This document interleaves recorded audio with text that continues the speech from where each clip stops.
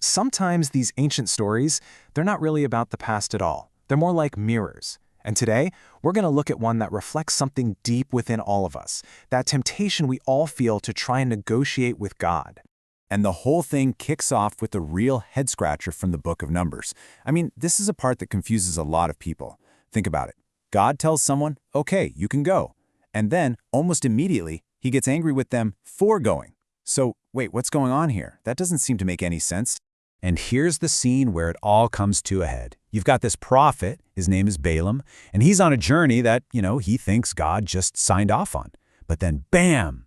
Right in the middle of the road, there's an angel with a sword drawn. This is it. This is that moment where God's permission and God's anger seem to smash right into each other. Okay, so to figure this out, we've got to unpack the story. There are really two main players. First, you've got Balak. He's a king, and he is absolutely terrified because he sees this massive nation, Israel, heading his way. Then there's Balaam, who's a pretty famous prophet for hire. So Balak's plan? It's pretty straightforward. He wants to hire Balaam to put a curse on Israel. So Balaam does the right thing.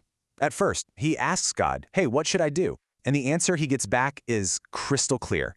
No ambiguity whatsoever. It's a two-parter. 1, don't go with them.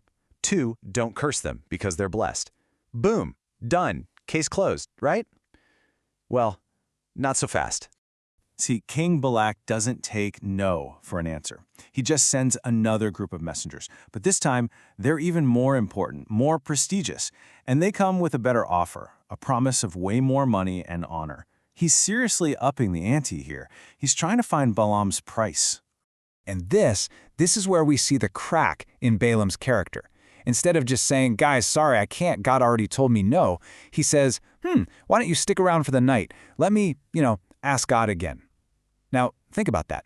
Why would you ask again when you already have a perfectly clear answer? This tells us everything. He doesn't want the same answer. He's hoping it'll change. And other parts of the Bible, like in the New Testament, they give us the inside scoop. They tell us exactly what was going on in Balaam's heart.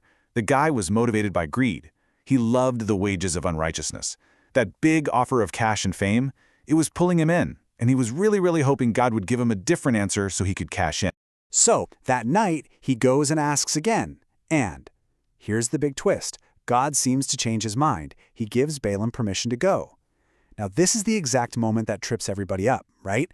But it's also the key. It's the key to understanding this whole thing. But you have to read the fine print here, because it's so important.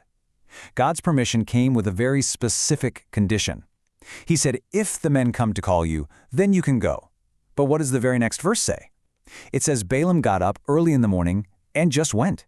He didn't wait. He was so excited, so eager for that payday. He completely blew past the one condition God gave him. And this is a perfect example of something theologians call God's permissive will.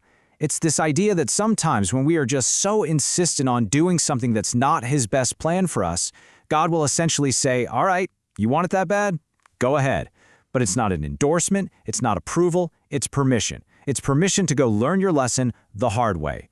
He was letting Balaam follow the path his greedy heart was already running down. And this, of course, leads us to the most famous part of the story, the talking donkey. The irony here is just incredible. Here's a prophet, right? A guy whose whole job is to see spiritual things. But he is so blinded by his own greed, his desire for that reward, that he literally cannot see an angel of the Lord with a drawn sword standing right in his path.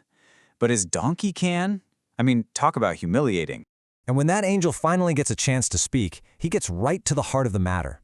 He doesn't say, hey, you're on the wrong road. He says, your way, your motive, your whole approach is reckless and perverse. See? It was never about the physical act of traveling. It was all about the corrupt attitude in Balaam's heart that was driving the whole thing. But Balaam isn't the only one with a major heart problem in this story. Let's not forget about King Balak. If Balaam is the negotiator, Balak is the other side of that same bad coin. He's the resistor. He's not trying to get God to change his mind. He's trying to just plow right through God's will. Just look at the pattern here. Balak brings Balaam up to a mountain to curse Israel, and out comes a blessing. So Balak's like, okay, maybe it's the location. Let's try a different mountain. So they go to another spot, and what happens?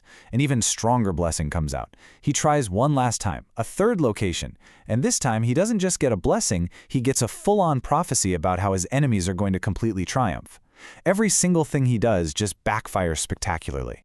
It's fascinating when you put these two guys side by side. You've got Balaam, the negotiator. He knows the truth, but he's hoping for a different outcome, trying different spiritual angles to get it. Then you've got Balak, the resistor. He rejects the truth and just keeps trying different physical locations, hoping the prophecy itself will change.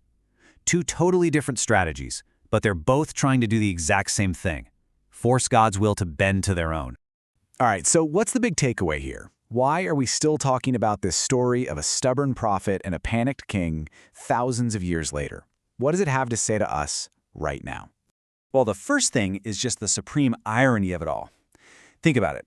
King Balak spends a fortune. He builds all these altars, goes through all this effort, all to get his enemies cursed. And what happens? He ends up paying for some of the most powerful blessings and prophecies in the entire Old Testament to be spoken over them. His resistance didn't stop God's plan. It actually amplified it. And that's the real climax of the story. Because out of all this mess, all this human scheming and resisting, comes this absolutely stunning prophecy about a future king, a star and a scepter that will rise out of Israel.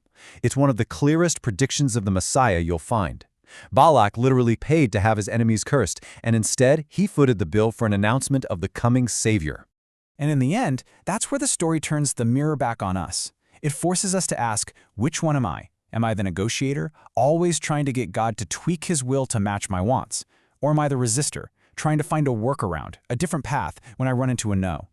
This whole story challenges us to find a better way, a third way, to stop fighting and start learning to just rest in what God has already made clear. So I'll just leave you with this to think about.